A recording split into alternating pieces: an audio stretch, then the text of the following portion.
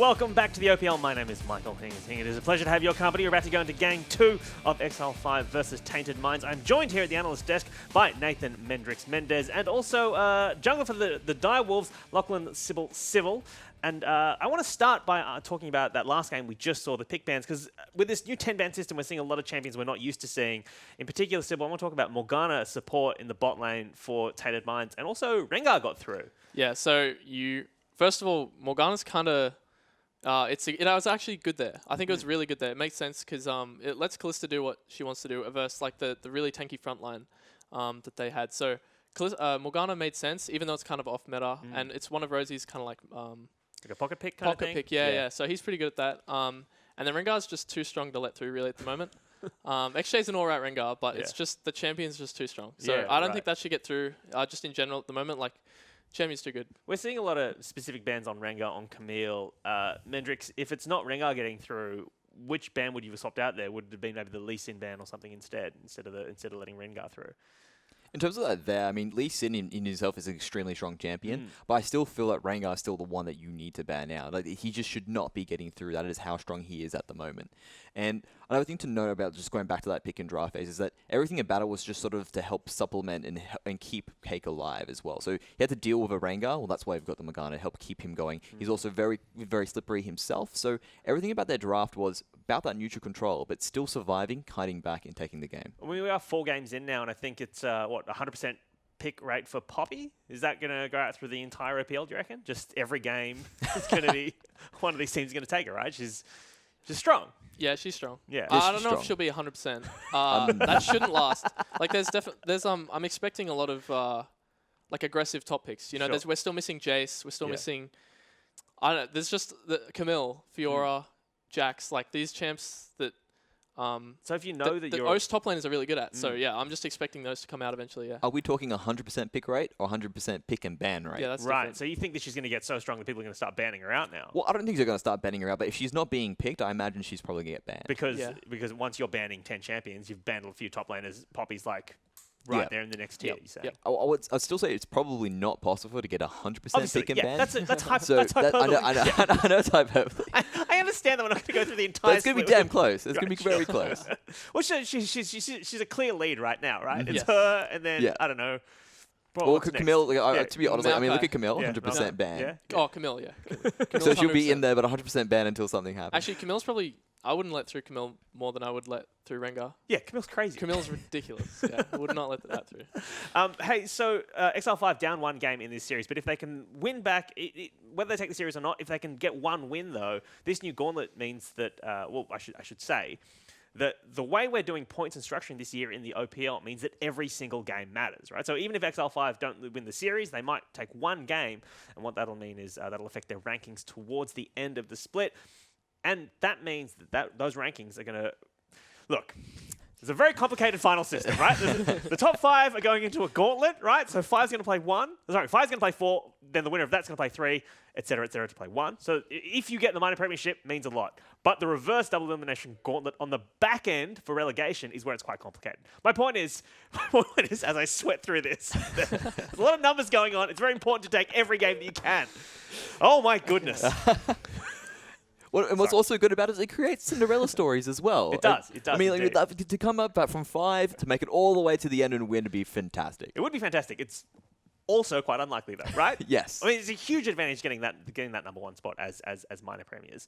Hey, if you'd like more ramblings like that where I attempt to explain things and then kind of fail, but then eventually get some information into your brain, we have a new offering for you, which is the OPL podcast. We're going to be bringing that out to you on Fridays. It's going to be myself and someone much smarter than me, Jake Spawn Tiberia, are going to be hosting this and going through all the drama, all the competitive rulings, all the bets, all the patch notes, etc., to do with pro play and in specific the OPL. So you better find that on iTunes or wherever good podcasts are found, like on SoundCloud.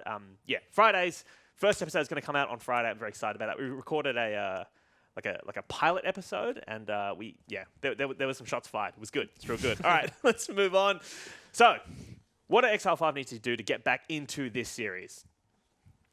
Oh, okay. I don't know.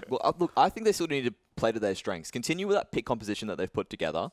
but just execute it better. Yeah. That's all they really need to do. If they can actually be a bit more aggressive, be a bit more decisive when they do make that shot call to say go into it, because as you mentioned before in that first initial team fight, where they could have got so much more out of it, they literally could have continued that game, have a different change of face. Just be more decisive and play to their strengths. Calm, aggressive. It's Calm aggressive. and aggressive. It's important.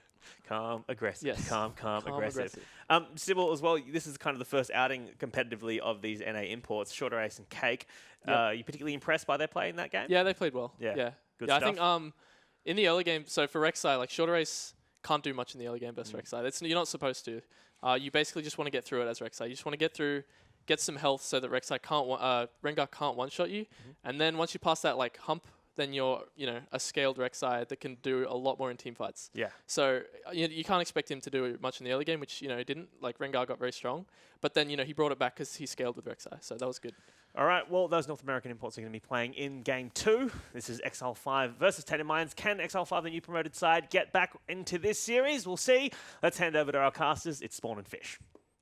Thank you very much, Hingers. I'm still Matthew Fish Stewart. Joining me is Jake Spawn Tabir. And let's talk about the podcast there, Spawn. I remember when we did this pilot episode, he got a really easy question for one of our segments. He had to explain what his favorite burrito was and gave me a lot of flack for not being able to explain the relegations. You, in 15 seconds, did exactly what Hingers talked about for 2 minutes there, so I'm not quite sure why he's giving me all the flack So right now. just to clarify, I mean, it's a gauntlet for playoffs. 5th to 1st. If you come first, you go automatically into the grand final.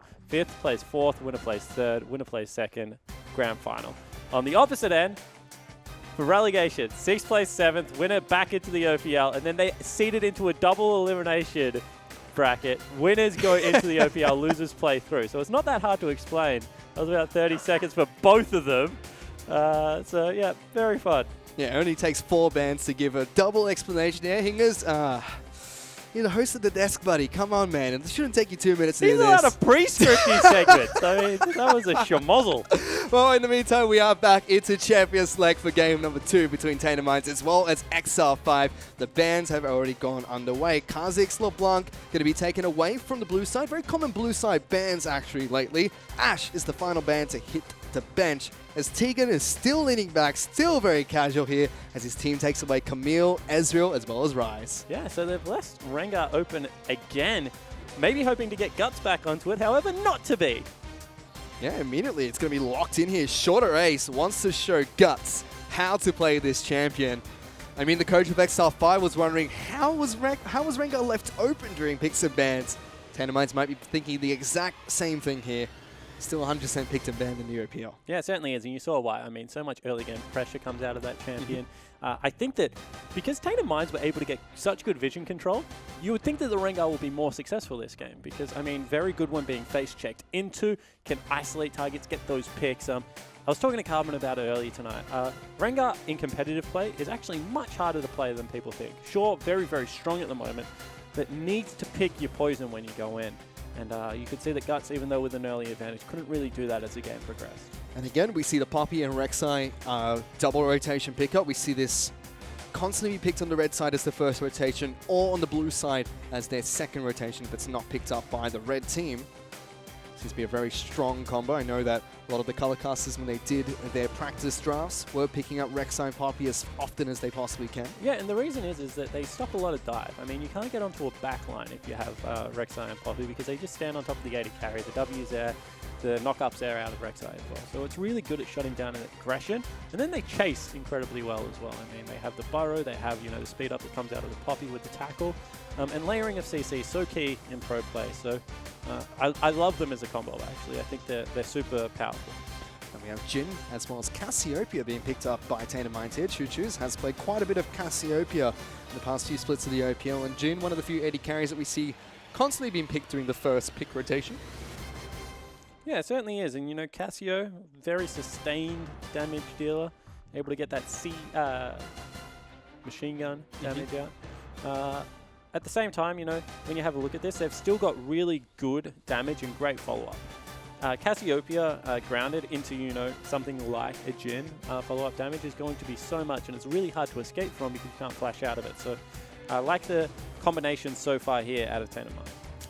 We have Tom Kench as the final pick in the first pick rotation here, coming out from Exile5. We've already seen a Tahm Kench play earlier today, but was hidden during the draft phase and picked up really late into the series this time round. Seems like T-Gun knows what support he wants to play. Immediately, they go for a Malzahar ban. Seems like they want to ban out the strong supports in the bottom lane that go up against this Tahm Kench. Yeah, see whether they are able to do that. I mean, there are just so many range supports available. Zyra, Malzahar, Misfortune is still up. You know, something even like a Karma can really make your life miserable if you are that TK. So it's an interesting early pick. It gives them a hugely solid front line, and they've hit them both their carries so far. However, not going to be able to play Ahri again because that's been taken away. So different team completely going to come out of Exile5. Bit of respect then, actually, coming up from Tainted Minds there. Shieldman had a great game on Ahri. Very impressive early performance. Was shut down later on by Cake and Rosie very effectively. And Zyra is going to be the final ban coming out from Exile5. That does leave Misfortune open. We'll have to see if Rosie is willing to play it. Ejim had a fantastic game on the champion in the last series. Varus is the final ban coming out from Tainted Minds. So every single player of Exile5 is going to be playing a new character, new champion, because everything's been taken away there with the Varus as well as Ahri.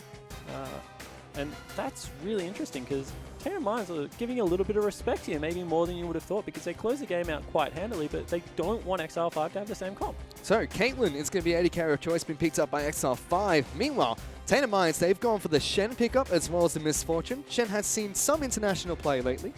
Yeah, Shen's good in the laning phase, does a lot of damage, surprisingly, for a tank. Can get the shove when you do have the Barmy Cinder, as well as be able to leave so many times, which will be handy, especially, you know, if they can submarine it with with Shorter Race on the Rengar. However, does fall off a little bit heavier than Poppy, I will say. Poppy a little bit more useful late game. I believe it was Papa Smithy that was talking about him, saying that later on in the match, you know, Poppy's got the wall bang, lots of crowd control, lots of utility. Shen just has the flash taunt.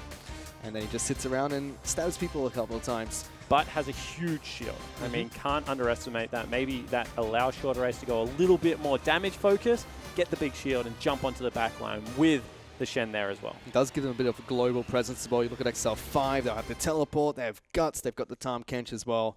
Shen will be able to at least match a little bit of the pressure that will come out from their globals. Yeah, it certainly could be the case. We also saw Orianna locked in. That's good access to the back line with something like a Poppy or a Rek'Sai. So they've got that set up, and a very front-to-back comp coming out of Exile5 here. I want to touch on MF because I'm not really sure how Rosie's going to go with this. He plays creative picks, picks them up very early, so I'm sure he was an early adopter to the Misfortune support.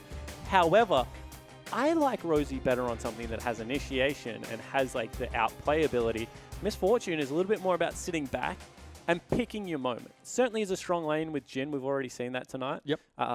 However, you need a lot of discipline, a lot of patience to be able to play it well. It's especially a strong lane when you have great synergy in that bottom lane. We saw how Ejim and Raze were able to do it. We already know that the bottom laners from Tainted Minds have great synergy. So don't you worry about that. I mean, NA Donkey Kong and OS Diddy Kong, they've got it covered as far as synergy goes down there in the bottom lane. Of course, that's the aliases that they go by on the Oceanic solo queue. And they do play a lot together. I mean, it's really nice to see sometimes, you know, with all the scrims, with living with people, the last thing you want to do is jump into solo queue, but very disciplined out of the Tainted Minds house. And they get along great. So, you know, they have been scrimming a lot together, as I'm sure the Exile5 guys have. So it's interesting to see how these teams grow, because I think Exile5 actually showed more in game one than anyone expected. Yep, we certainly have been. So, but for now, before we get on to Summoner's Rift, here's Hingers with one of the coaches. Thanks, guys. I'm here with coach of Tainted Minds in Arrow. Thanks for joining us. Appreciate your time. I want to start by asking you about the Rengar pick. It's been through two pick man phases now. Are you kind of surprised they let you guys have it this time? A bit surprised. We were kind of expecting it could possibly go through because they showed last game they're target banning us, like the Ezreal, the Lee Sin. So we expected if they ban Camille first, which every team's doing, that's likely going to go through. So not really too surprising. It's obviously really good for us. Rengar's a really huge pick, so it's nice to get. Let me ask you about that Camille ban first, because if you think everyone's going to ban Camille, shouldn't you save that Camille ban until later in the phase because you think they're going to ban it out? With the way the ban phase works out now, you can kind of trap yourself. Like usually the way I do picks and bans is with like numbers of like what picks we're looking to do. So like red side generally having like 3 favorable picks up is pretty nice because obviously you're going to get 2 out of the 3 and they get 1. If you leave Camille until later, you can kind of screw yourself out at the end, and then you need to ban Camille and another pick. Otherwise, you're going to give them something. And obviously, it can be a bit abusable. And everyone just kind of knows it's going to go through. So we generally just like to get rid of it now. So very quickly, you feeling confident with this pick ban phase then? Yeah, we felt confident with the last one too. This one's obviously really nice. We have a lot of good power picks. Last game as well, we were really confident because it was something we we're comfortable with. I know the draft wasn't the best, but it's just something we're comfortable with practicing, and guys needed some confidence. So All right. Well, thank you so much for speaking to us. We really appreciate your time. I'll throw it back to you guys. It's enough from us. Well, thank you, Higgins. The timing wasn't fantastic there. It's already first blood. Shorter is already flashing on top of 5-8 here. Gets the snare down. He's level 2. And he's going to be able to pick up another kill for Tainted Minds. I mean, he was able to get the red buff whilst an arrow was talking. And by the way, love to hear from an arrow. He's one of the smartest. I get to talk to some really intelligent guys around the world about League of Legends. And he's definitely one of the smartest guys I've ever spoken to. I take a lot of my draft facts from him, actually. So, yeah, you can see that they got the favorable draft, and they got 2 kills at the start of the game. Yeah. That's a pretty good way to start it off. Off to a flying start. He probably didn't even see those 2 kills because he was in that chat with Hingers. In Nero there, you know, a lot of people might have just said, oh, we're on red side. Camille's permanently banned on red side. That was a really insightful answer.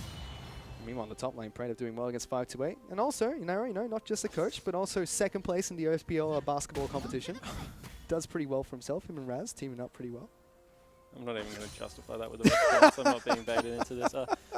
However, you see in the top lane, Praetor going to work. As we said, Shen does a lot of damage early game with that sword, so able to get the percentage health through. Also starts shield, which is really useful at mitigating a lot of the damage that comes out of junglers. You know, the Lee Sins, the Rek'Sais of the world, that are relying on auto attacks to be able to get it down. So I like Shen at the moment. As Swiper said in his interview, he's also going to play it probably next week. So unlocked a lot of map movements down into the bottom. Certainly has. Already kicked off this game with 2 kills. Can kind of go back to that one for a little bit. It was a late invade coming out from Tainted Minds. Short Ace got the steal onto the red buff. And then proceeded to take down Guts. Flash over the wall to take down 5-8 as well. So good moves coming out from Tainted Minds to kick the game off. Guts now making his way in towards the mid lane. Choo-Choos is going to be able to put down the miasma, stop the flash coming out from the Rek'Sai. Short Ace was there as well just to make sure he was all right. Pops the Ghost to keep himself nice and healthy. Yeah, maybe could have gone for that one Guts after he got off the mana. Because, you know, wasn't any mana available on Choose. Was eating through a biscuit quickly, but needs to be able to take out some creeps with those Twink Thrones to be able to get back up in the laning phase. But yeah, lane invades are so tricky to scout out at the moment because junglers, you look at the junglers and they're all red buff reliant junglers that don't really need blue. But junglers in the OPL so far today have been really mixing up their pathing. It's definitely not standardized at the moment, and you're catching teams off guard more often than not. It's good to see so much adaptation in just the first day of the OPL here, Spawn. Yeah, it certainly is. And not even adaptation. I mean, just starting on like a, you know, surprise footing. These teams have obviously been scrimming each other a lot.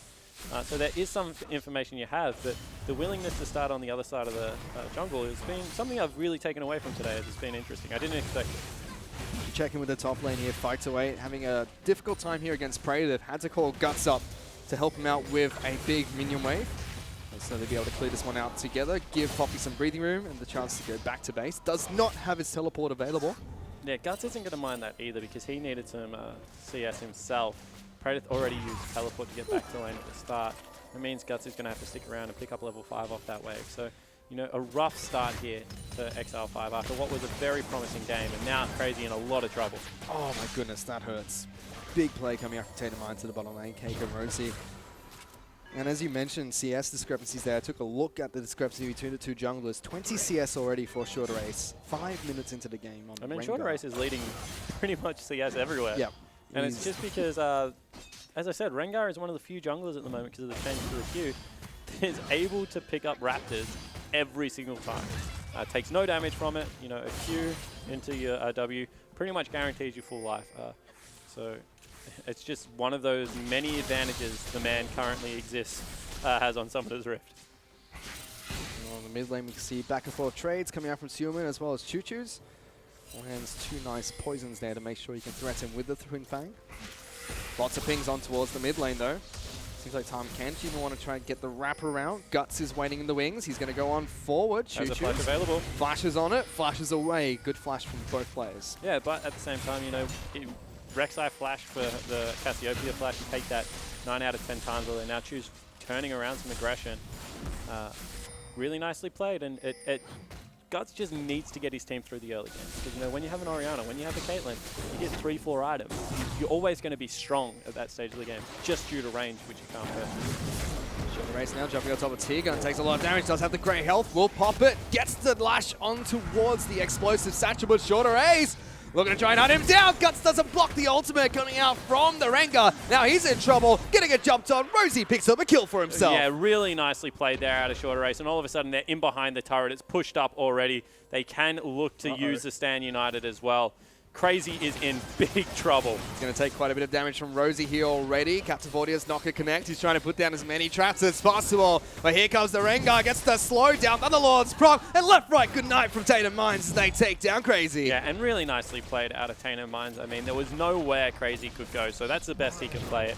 Tries to lock off one side of the map, one side of the lane. Unfortunately, the other side of the lane was still very available to come in from. So that's a good start for Tainted Minds, but a lot of this is just still snowballed over from the fact that they gave up 2 kills at level 1 on the side of Tainted Mind, on the side of Exile5, and haven't really been able to get themselves back in this game.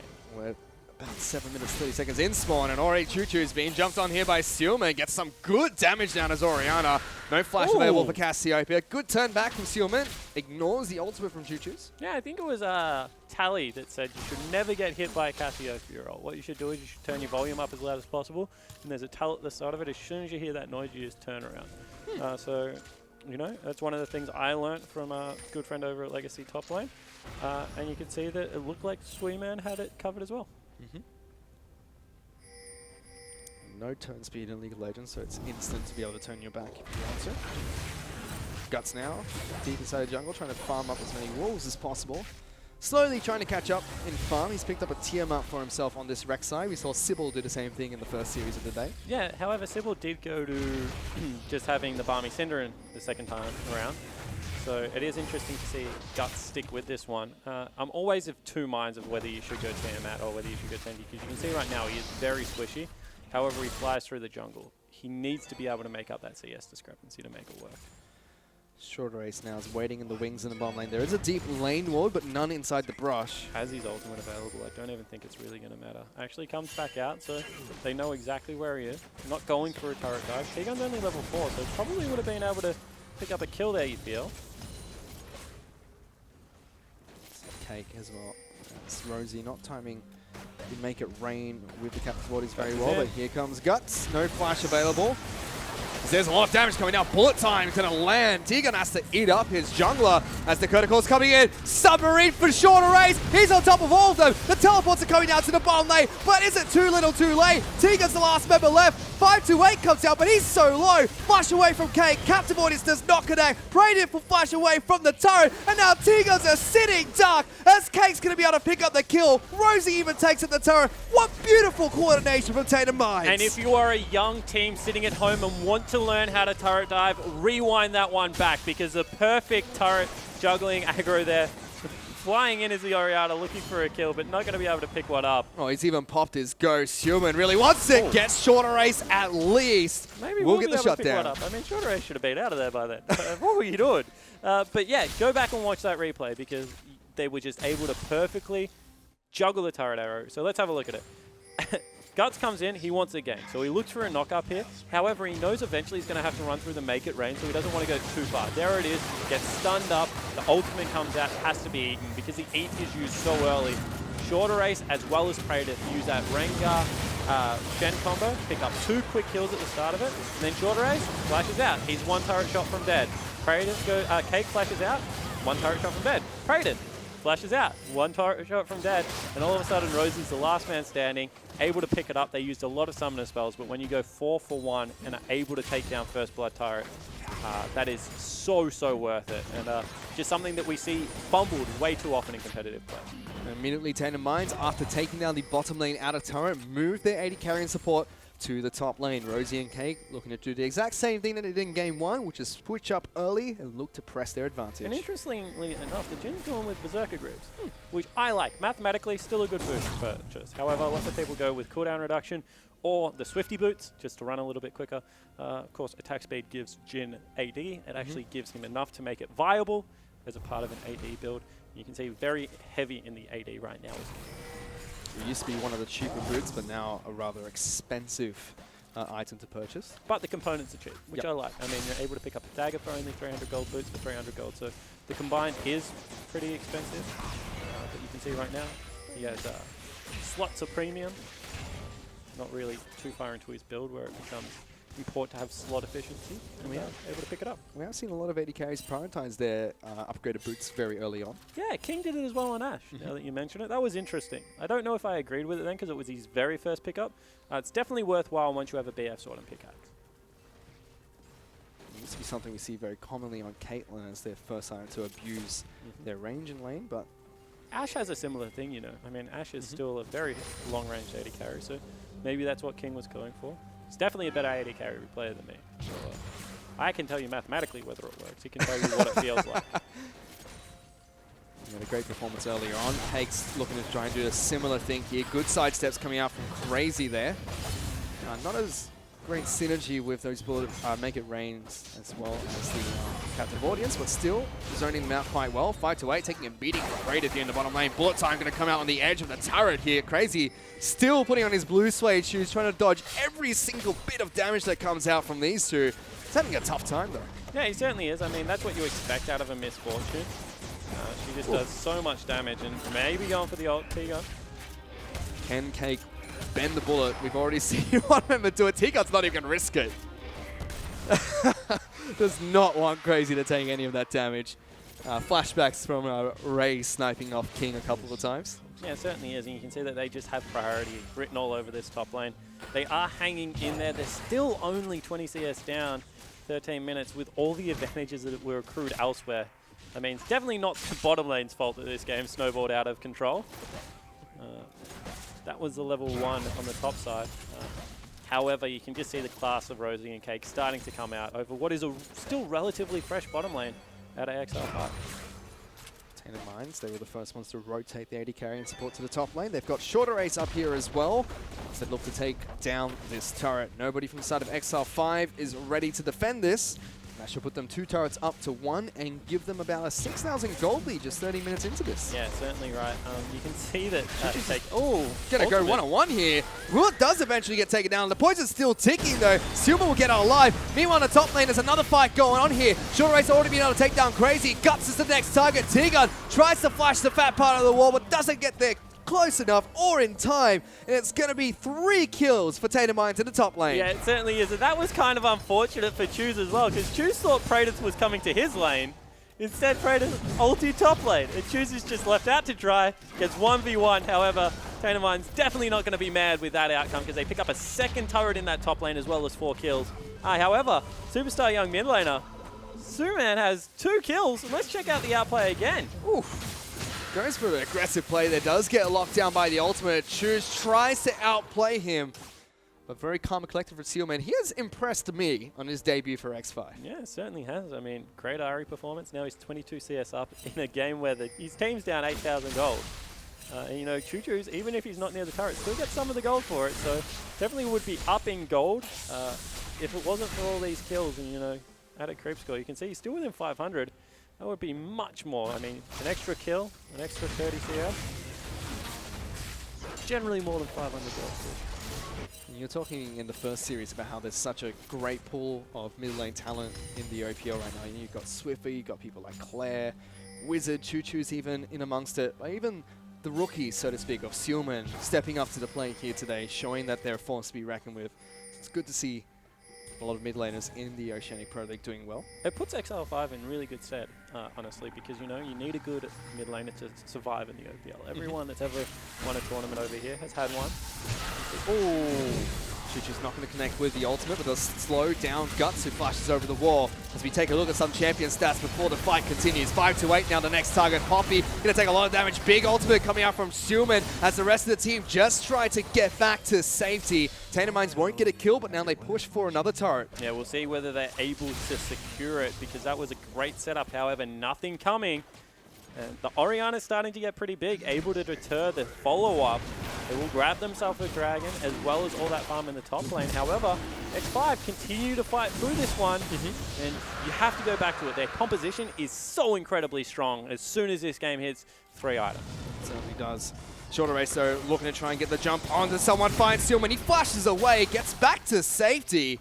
Shorter race going to take a lot of damage for this one. Guts now looking to see if he can get anything done. Tom Kedge coming in amongst it. T-Gun does get the tongue lash down towards Choo Choo's, taking a lot of damage from the Twin Fangs. Does have great health available. Stillman's back into this fight, trying to lock people down. 5-2-8's going to get collapsed on. Make it rain, going to slow him down. Choo Choo's gets Twin Fang after Twin Fang. Left-right combo from the Cassiopeia. Tainted Minds get the first kill. Yeah, really nicely done from Choose there. Didn't give up on the play, and now they're looking for a dive. Shen looking to try and get into the back lines. Again, Rosie, great make it rain to separate the team and get lots of damage and slow down. Taunt comes out from Prey. The Crazy's going to get locked through. Cake flashes away from the ultimate. He's going to take turret aggro. Stand United comes out. Cake's going to live to fight another day, and Tainted Minds take down the turret. Yeah, and Cake just lived on the back end of that, and that was on a knife's edge. What a good flash out of the AD carry of Tainted Minds to be able to avoid that Orianna ult.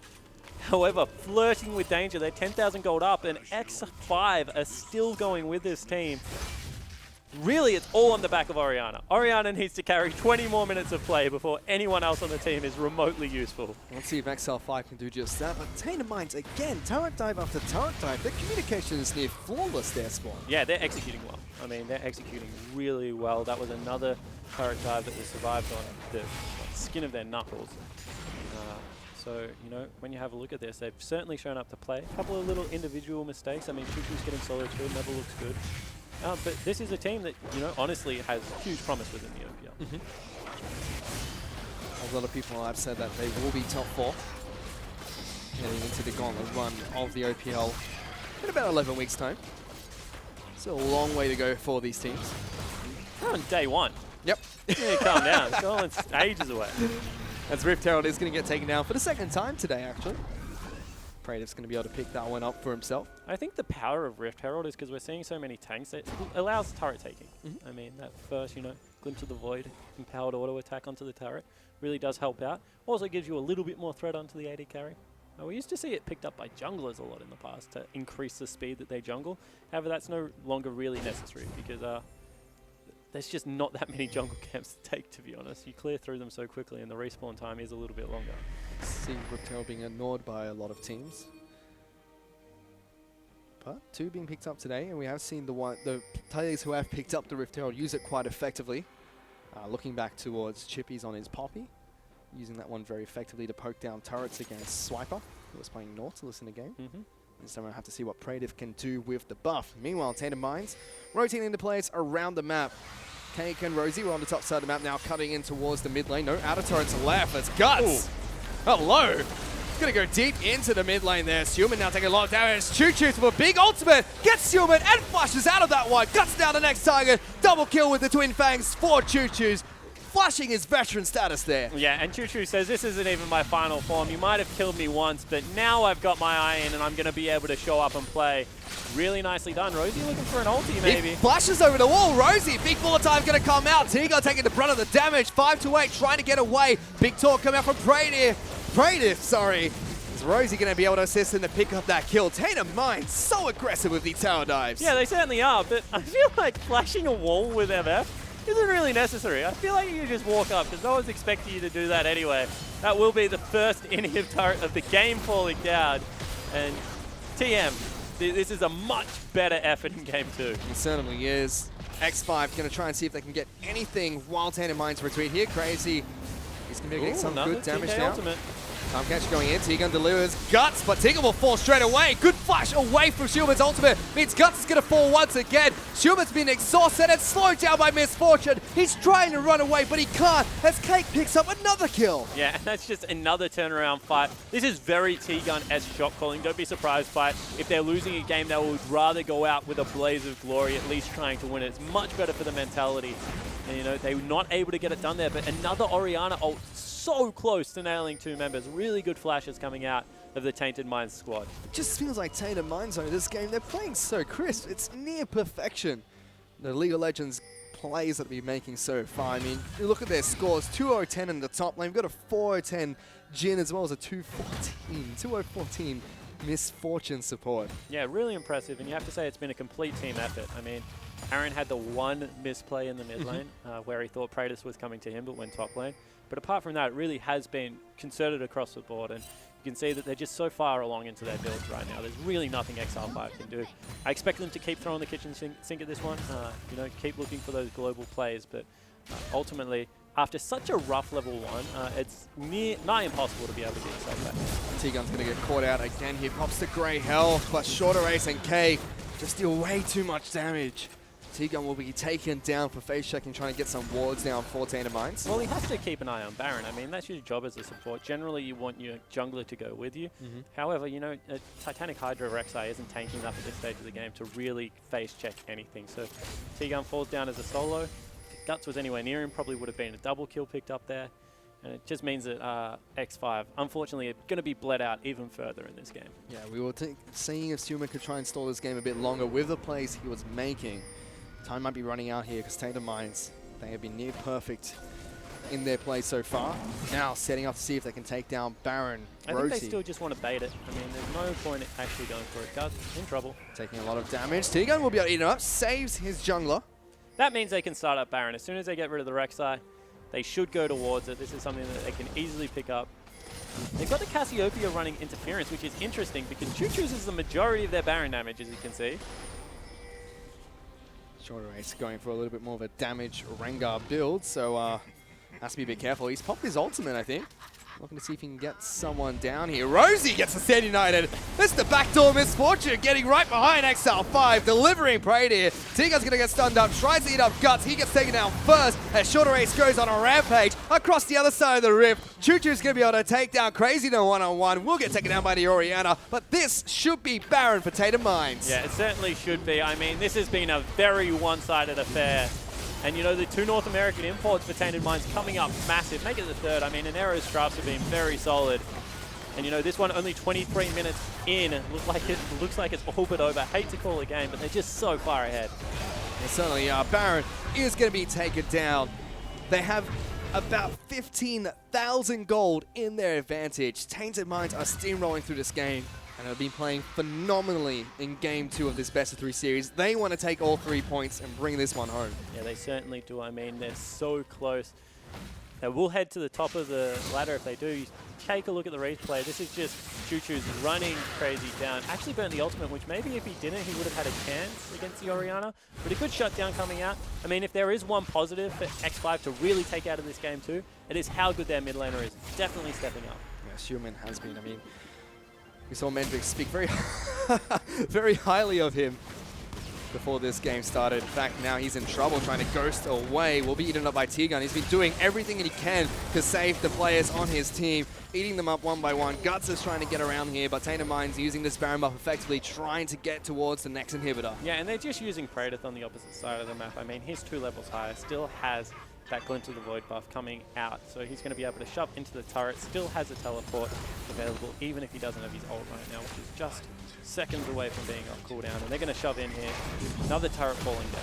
Final inhibitor turret will, an inner turret will be falling for Tainted Minds as Crazy takes the Captive Audience to the face, taking a ton of damage. Praedyth is still pushing in the top side of the map. This turret will eventually fall. Cake just moving forward. One more auto attack would be enough. Rosie still zoning with the make it range. The turret finally falls. Inhibitor is open and Baron up minions are pushing in towards the base. Guts looking to go in with the Orianna ball on top of himself. Not even going to be able to get the ultimate down as Choo Choo splashes forward with a big ultimate. Doesn't get any stuns down, but lots of slows. They'll take down 2. T-Gun's the next target. Shu is being jumped on. It'll be a double kill for the Jin as Rengar gets a double as well. Meanwhile, the tanks are just fighting on the top side of the map. Brady is going to be able to get a solo kill and get the A's. Tainted Minds steamroll on towards the Nexus. They're going to bring home all 3 points tonight. Yeah, they certainly are. That's the first 2-0 of the OPL season. You see Tainted Minds very happy there. Shorter Ace has a little bit of a grin.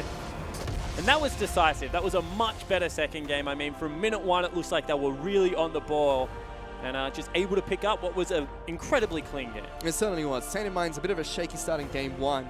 Game 2, though, right off the bat, delayed invade, gets 2 kills very early on, and they just press advantage after advantage. They had a clear plan coming into this match, and they executed almost flawlessly. Yeah, they certainly did. And you can see Tegan on your screen. He shook that one off pretty quickly. He knew that that was going to be a hard game to win. However, X5 really did stick with it, and I think there's promising sides. They certainly have a lot of great players on the side of X5. They showed a great Game 1 performance. Hopefully we can see more from them. For now, though, let's throw it back to Hingers and the analyst desk. Thank you, Fish and Spawn. Now, that is match 2 done. First bonus points we've seen of the OPL. Sybil, let me start with you. It's still impressive stuff from Suman, right? Yes. So actually, Suman put up a pretty good performance there. Very respect to him for keeping his head in the game there and not just letting it go. But yeah, Rengar. It's brutal, right? Rengar. It's brutal. Yes. I mean, as a jungler, you want to play Rengar, right? You want to get in on that? All of the time. I pick it all the time, yeah. Let me ask you, Mendrix, after seeing Tainted Minds we're seeing on your screen right now, how do you feel like the new players are fitting into their team? Oh, definitely doing very well. And I really love the team composition that they actually put together. Yeah. Everything about it was just, it is all about that execution and about them being a team to make it work. A lot of long-range ultimates as well. Exactly.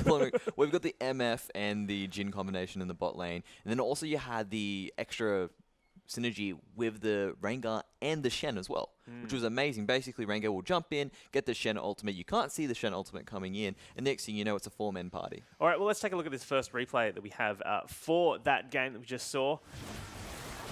So this particular replay, it's just showing off how strong their team composition really is with that initial engage. It's just 2 ultimates flying everywhere from ranged attacks, and here it comes.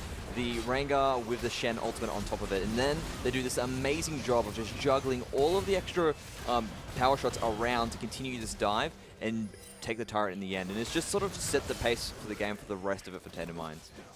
It's disgusting.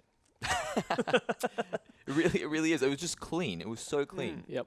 Sybil, do you feel like that kind of drafting phase, now that we keep coming back to 10 bans, with that kind of drafting, I mean, Inero's kind of nailed it there, right? Well, I mean, I still think that other draft could have, won. But it was just that the draft that Tainted Minds had there, once they got a little bit ahead, if you played it right, it would just snowball way too hard. And so that's what happened. I think Inero did draft that quite well. Yeah. I really liked the draft with the Cassia, Rengar, Shen. And then that bot lane was strong too. So also, 100% Poppy still happening. Still happening. More Poppy. 5 games in, you guys. Let's see how long we can take this. Well, let's take a look at our player of this series for game 2. It's going to Cake. Any surprises there, gentlemen? No. No, but he performed really well across the board in both games. He did excellent, and in that other game with Jhin, he just put out damage. He did his job perfectly. Yeah, real good stuff. Yeah, I mean, it's so hard to break this down, right? Because you see, but let's take what positive takeaways can X5 take from this? Suman, obviously, mid lane. Suman. That outplay with Choo Choo's very good stuff. Yeah, he's playing well. He's playing well. Praedith as well. Game 1, Praedith played very well. Yeah. I appreciated that. Yeah, Mendrix. Yeah, so it's just a learning experience for these guys coming out. And again, as they said, Suman's very strong. Perhaps play around that a bit more often. Probably the way to go. And perhaps from that point, they can be a bit more careful and just not let things snowball out of control. All right, well, let's hand it over to Jake Howe, who's standing with one of the Tainted Minds players. Thanks so much, Hingers. I have, of course, joined here by Choo Choos. That was a pretty convincing victory in the end, Aaron. Obviously, New Org moving away from Legacy. How does it feel to pick up the first win under the Tainted Mind banner? It's a good start, I guess, starting off with a win. We were fortunate enough to have one of the easier teams, I guess. So a new team, new start to the season, it's a good way to start with a win. And you call them the easier team, but I remember a certain play in that mid lane where you got 1v1 by their mid laner. How did that feel? Is Superman some god that I haven't known about, or was that a slight miscalculation on the damage? This is his first season, I believe, so maybe he is, but I don't know. He got the better of me. Yeah, just hats off to him then. However, you did clean up the back end of that team fight. I want to ask you about TM, because obviously completely new org. You've only ever played under the Legacy/Avant-Garde Ascension banner in the past. That's right. How are you finding, Rosie and Arrow and the 2 new imports and Praedith on your team? Are you found comfort in the new home? It's a big change. It's definitely a big change playing on a different team for the first time. Yeah, it's been really comfortable. The guys are really easygoing. We have 3, including the coach, 3 NA imports, and they've all been terrific. So we're all sort of in the same position that this is a new team all coming together for the first time. And so far, it's been a really good start. So I thank them for that. And I mean, you've done it before with a new team. Avant-Garde Ascension kind of came out of nowhere in 2014. You were able to clean up that tournament. Has this got a similar feeling about it? Do you guys think that, you know, this is a good enough team that you can get back towards that heights that you've had in the past? Yeah, I wouldn't join a team unless I knew we could win. And I've been in the scene for nearly 4 years. And yeah, I wouldn't have joined this team if I didn't think they could win. I think we have a lot of room to grow, especially competing with Direwolves, Legacy, and Chiefs. But I know that we can eventually, over the season, improve and probably take it.